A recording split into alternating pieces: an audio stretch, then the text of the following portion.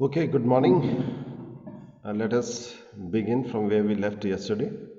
Now, today we shall be discussing about few topics relating to health, safety, and welfare. We shall be completing this thing. So, health provisions are given under the section 11 to 20, right? So, and one of the important one, right? Now, the first thing is cleanliness. So, in a factory, we talk of cleanliness because of the health reasons. And this is contained in section 11. The working condition should be clean and safe. That is to say that the environment should be very much clean. Clean the floor at least once a week by washing or by some effective method. Now, these are compliances. कि हर factory में ये सारी चीज़ें होनी चाहिए. And these are regulated by the factory inspector. So, they check whether these parameters are being met by a particular factory or not in their area. So, these are checked. Then effective means of drainage should be provided. So drainage should be clean and it should be effective in its drainage system as well, right? Whitewash every 14 weeks. This is also one of the requirements. There should be whitewash of the walls where the factory is there, and paint and varnish every 5 years. So these are certain requirements. I think these are quite understood. Then comes disposal of waste and effluents. Waste का मतलब जो जो solid waste होता है उसे waste बोलते हैं. Okay. Now the second point says section 12 disposal of waste and effluent. So there should be proper arrangement of disposal of waste and effluent. जो solid waste होता है उसे हम waste बोलते हैं. Effluents हो गए जो liquid form में होता है, ठीक है. गाद टाइप की जो फैक्ट्री से गंदगी निकलती है उसे effluent बोलते हैं. तो इनका disposal proper होना चाहिए because these things are checked regularly by the factory's inspector. Then 13 is ventilation and temperature for maintaining the health of the people. There should be good ventilation within the factory premises because within the inside the factory because suffocation नहीं होना चाहिए क्योंकि तरह तरह के fume dust particles होते हैं तो उनके लिए बड़े बड़े एग्जॉस्ट लगाए हुए होने चाहिए जिससे कि प्रॉपर वेंटिलेशन हो और टेम्परेचर भी बहुत ज़्यादा नहीं होना चाहिए क्योंकि दोनों ही चीज़ें these are bad for the health of the workers. So proper level of ventilation, temperature and humidity must be maintained. Make provision for reducing excess heat. यानी कि टेम्परेचर और वेंटिलेशन एक इंपॉर्टेंट चीज़ होती है. इंसान तभी प्रॉपरली काम कर सकता है जो ये चीज़ें मेंटेन हो. देन डस्ट एंड फ्यूम्स क्योंकि तरह तरह की प्रोसेसिंग होती है डस्ट एंड फ्यूम्स भी उठती हैं. So effective measure should be taken to prevent inhalation और accumulation of dust and fumes. तो इसमें इंडस्ट्रियल एग्जॉस्ट लगाए जाते हैं जो कि हवा जो डस्ट एंड फ्यूम्स को खींच के बाहर फेंकती हैं. If any exhaust appliance is necessary for it shall be applied as near as possible to the point of origin of the dust fume or other. जहाँ डस्ट और फ्यूम्स निकल रही हैं वहीं पे बड़े बड़े फैन और एग्जॉस्ट लगाए जाते हैं जो कि इनको एटमॉस्फेयर से खींच के बाहर फेंकते हैं, ठीक है. देन आर्टिफिशियल ह्यूमिडिफिकेशन मैंने ये बताया था कि देखिए एक नॉर्मल सांस लेने के लिए हमें एक minimum level of humidity in the air चाहिए होती है, नमी चाहिए होती है. तो कई बार क्या होता है कि due to the processing what happens the air becomes too dry and if it becomes too dry that is also not good for the lungs and all. There should be minimum amount of humidity in the air. So if it is not then it is maintained by artificial humidification जो water vapors लगातार बना के फेंकते हैं atmosphere में जहाँ factory के अंदर, ठीक है. तो factory in which humidity of the air is artificially increase like in textile units keep its limit. Textile में विशेष तौर पे मैं बताना चाहता हूँ बच्चों क्योंकि फाइन पार्टिकल्स ऑफ जो कॉटन होते हैं और दूसरे जो फैब्रिक का पार्ट होता है वो सस्पेंडेड रहते हैं. उनको सेटल कराने के लिए भी एक ह्यूमिडिटी की ज़रूरत होती है जिससे कि वो सेटल डाउन हो जाए, अदरवाइज वो लंग्स में पहुंचेगा सांस लेते वक्त. The water use for artificial humidification should be clean. Obviously it should be clean. Then overcrowding should not be there. Section 16 says 14.2 cubic metre space per worker यानी कि डिस्टेंस होना चाहिए. While calculating this space above the workers beyond 4.2 meter will not be taken into account. यानी कि 4 metre ऊपर का जो area है उसको अकाउंट नहीं किया जाएगा. क्यूबिक मीटर यानी कि इतनी हाइट तक 4.2 मीटर तक हाइट को माना जाएगा और आसपास 14.2 क्यूबिक मीटर का स्पेस पर पर्सन होना चाहिए in order to avoid overcrowding. मकसद यह है कि लोग बहुत ज़्यादा क्राउडेड स्पेस में काम ना करें. Now notice specifying the maximum number of workers which can be employed in any workroom should display it in the premises. Her work room के बाहर जैसे एक रूम है जिसमें मशीनें लगी हैं, दूसरा रूम है जिसमें मशीनें लगी हैं, तो बाहर नोटिस बोर्ड पर लिखा रहता है कि कितने मैक्सिमम पर्सन इस पर्टिकुलर रूम में, वर्क रूम में काम कर सकते हैं। Then lighting should be sufficient and suitable lighting, this section 17 says in every part of the factory, क्योंकि अगर लाइट प्रॉपर नहीं है तो एक्सीडेंट के चांसेस बढ़ जाते हैं, दिखाई नहीं देगा। There should be natural lighting as far as possible, all glazed windows and skylights, skylight जो ऊपर रोशनदान होते हैं उनको बोलते हैं, और जो ग्लेज्ड विंडोज होते हैं, जो शीशे के विंडो पेन्स होते हैं, use for lighting working should be clean, जिससे कि प्रॉपर लाइट अंदर आ सके। Then formation of the shadow to such extent as to cause eye strain or the risk of accident to any worker shall be prevented.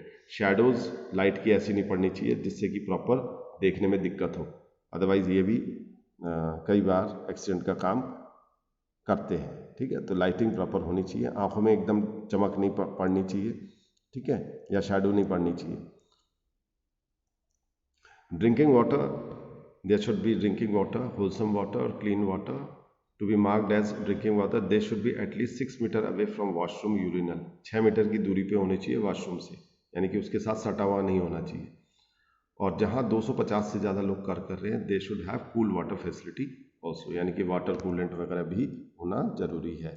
ये जितनी भी point आप देख रहे हो बच्चों, ये फैक्ट्रीज एक्ट को फुलफिल करने के लिए लगाया जाता है कि भाई ये मैंडेटरीली ये चीज़ें अवेलेबल सूटेबल होनी चाहिए, यानी कि वर्कर्स को ये मुहैया अवेलेबल होनी चाहिए। देखिए इसमें कोई बहुत मुश्किल चीज़ें नहीं है, बट आपको एग्जामिनेशन पॉइंट ऑफ व्यू से इनको याद रखना पड़ेगा बच्चों, ठीक है। Latrines and urinals obviously there should be separate for male and female, proper cleaning should be there obviously. तो ये सेक्शन 19 हो गया, आपको सेक्शन वाइज बस याद रखने की ज़रूरत है बच्चों, है। देन स्पिटेंस, थूकने की जगह जो है, हमारा देश हम जानते ही हैं पान और गुटखा लोग कितना खाते हैं, तो naturally sufficient number of spittoons होने चाहिए। No person shall spit within the premises of factory except in the spittoons provided, थूकना वहीं है जहाँ थूकने की जगह है, अदरवाइज आपने देखा होगा इसके बावजूद भी कितनी दीवारें लाल नीली पीली हो जाती हैं, लोग मानते नहीं हैं। Whoever spits in contravention shall be punishable with fine not exceeding 5 rupees, ये पुराना एक्ट था, नेचुरली 5 रुपीज़ का ही फाइन लगाया जाता था। Safety of workers, now section 20 तक ये हो गया। Now coming to the safety of the workers बच्चों, ठीक है। Section 21 to 41 which deals with safety of workers. सबसे पहला है every dangerous part must be securely fenced, यानी कि उसके ऊपर ढक्कन होना चाहिए, अदरवाइज वो चलता हुआ मशीन किसी को हार्म कर सकता है। सो स्टेट गवर्नमेंट में भी rule prescribe for such precautions, जो भी प्रिकॉशन है हर राज्य सरकार अपने हिसाब से बनाती है, बट ये होना चाहिए सेफ फेंसिंग मशीन। उसके बाद इसमें कुछ टेक्निकल चीज़ें आएंगी जो मैं बता जाऊँगा। Machines in motion, examination of machine in motion only by specially trend adult mail worker wearing tight fitting clothes, क्योंकि अगर ढीले ढाले क्लोथ हैं तो वो चलते हुए पार्ट में फंस सकते हैं, इसलिए टाइट फिटिंग क्लोथ्स होने चाहिए। और वो एग्जामिन करेगा मशीन इन मोशन को specially trend adult mail worker होता है, जो ये चेक करता है कि मशीनें ठीक काम कर रही हैं या नहीं। नो वुमन और child should be allowed to work, ठीक है, मशीन इन मोशन पे उनको काम करने की इजाज़त नहीं है। Employment of young person, section 23, no young person should be allowed to work on dangerous machine unless he has been trained and is under supervision, यानी कि वो ट्रेंड हो और उसको कोई सुपरविजन कर रहा हो तभी वो वर्क कर सकता है। यंग पर्सन हम 14 से 18 साल के व्यक्ति को मानते हैं, ठीक है। Then striking gears, there should be suitable striking gears etc. to switch off the power so that if there is an emergency problems can be solved। जैसे हमारे घरों में मेन स्विच होता है बच्चों, कुछ शॉर्ट सर्किट हुआ कुछ हुआ घर में तो हम मेन स्विच ऑफ कर देते हैं, तो स्ट्राइकिंग गियर उसी तरह फैक्ट्री में, क्योंकि बहुत हाई वोल्टेज होती है, 1-1 लाख 2-2 लाख वोल्टेज होती है। हमारे घर में जैसे 440 वोल्ट है तो वहाँ पे लाखों की वोल्टेज होती है, बड़ी बड़ी मशीनें चलती हैं। तो स्ट्राइकिंग गियर इस तरह का होता है कि डिवाइस के आपने जैसी गियर को ऊपर कर दिया तो पूरा का पूरा शट डाउन हो जाएगा, और कोई भी इमरजेंसी में मान लीजिए आग लग रही है या कहीं शॉर्ट सर्किट हुआ है तो उससे बचाव हो जाएगा। स्ट्राइकिंग गियर उसका मतलब हुआ सेक्शन 24। उसके बाद सेल्फ एक्टिंग मशीन, जो खुद से, ये मैंने पहले भी डिस्कस किया, खुद से चलती है, खुद से ऑटोमेटिकली बंद होती है। Make sure that no person should walk in a space within 45 centimetre. 45 centimetre कितना हुआ बच्चों, ये लगभग आप लगा लीजिए 15 सेंटीमीटर में, हाँ तो 30 सेंटीमीटर में 1 फीट होता है, तो करीबन 1.5 फीट की दूरी होनी चाहिए from any fix structure which is not part of the machine. Make sure that no person to walk in a space within 45 centimetre from any fix structure which is not part of a machine. मान लीजिए कोई अलग से कोई self acting machine है, ठीक है, उससे इतनी दूरी होनी ज़रूरी है, अदरवाइज हमें ये नहीं पता लगेगा वो ऑटोमेटिकली कभी चालू हो जाती है कभी बंद हो जाती है, तो मान लीजिए आपने हाथ रखा हुआ तो आप उसकी चपेट में आ सकते हैं। तो ये डिस्टेंस मेंटेन करना चाहिए। उसके बाद all machinery driven by power and installed should be sunk encased और अदरवाइज। संक का मतलब जमीन में गड़ा हुआ होना चाहिए, एनकेसिंग होनी चाहिए, कवरिंग होनी चाहिए, और otherwise effectively guarded as to prevent dangers. So जितनी भी all machine driven by power यानी कि इलेक्ट्रिसिटी से चलने वाली और जो इंस्टॉल्ड है, चाहे वो ज़मीन के अंदर गड़ी हुई है, एंड शुड बी एनकेस्ड और अदरवाइज सेफली गार्डेड, जिससे कि किसी का हाथ ना आ जाए या कोई बॉडी पार्ट उसमें टच ना कर जाए। देन कॉटन ओपनर 27, भाई कॉटन एक प्लांट में होता है, उसका खोल होता है, तो उसको अलग करते हैं कॉटन से। So no women and children are allowed to work on cotton opener. यहाँ पे मैं आप लोगों को ये बताऊँ बच्चों, कॉटन ओपनर बहुत फास्ट मूविंग मशीन होती है और ओपन मशीन होती है जिसमें कॉटन दिखाई देता है। तो ये इतनी स्पीड में चलती है कि वुमेन्स एंड चिल्ड्रंस के लिए खतरा हो सकता है, ऐसा माना गया है। तो उनको उन पे काम नहीं करवाना है अपने, स्पेशली टेक्सटाइल इंडस्ट्री में ये होता है। कॉटन से फिर यार्न बनता है, फिर फैब्रिक बनता है। Hoist and lift. हॉइस्ट का मतलब जैसे कोई मशीन को ऊपर उठा के टांगना है। जैसे फॉर एग्जांपल कार कंपनीज में क्या होता है बच्चों, इंजन को जब हम सेट करते हैं बोनट के अंदर, तो वो एक लिफ्ट से उठाया हुआ होता है और धीरे धीरे उसको सेटल करते हैं, तो वो हॉइस्ट हो गया।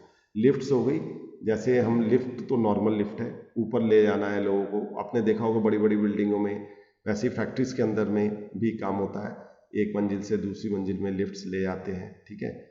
तो every hoist and lift should be in good condition and properly check. तो ये जितना भी सामान उठाना या ऊपर नीचे ले जाने के लिए जितना भी लिफ्ट वगैरह होती है, ये इनकी मेंटेनेंस होनी चाहिए प्रॉपरली, ठीक है। Maximum load it carries must be clearly mention. कितना मैक्सिमम लोड, जैसे नॉर्मल लिफ्ट में लिखा रहता है मैक्सिमम वेट 544 kg, उसी तरह ये मेंशन होना चाहिए, क्योंकि ओवरलोडिंग से एक्सीडेंट के चांसेस बन जाते हैं, रस्सा टूट सकता है, लोग गिर के मर सकते हैं।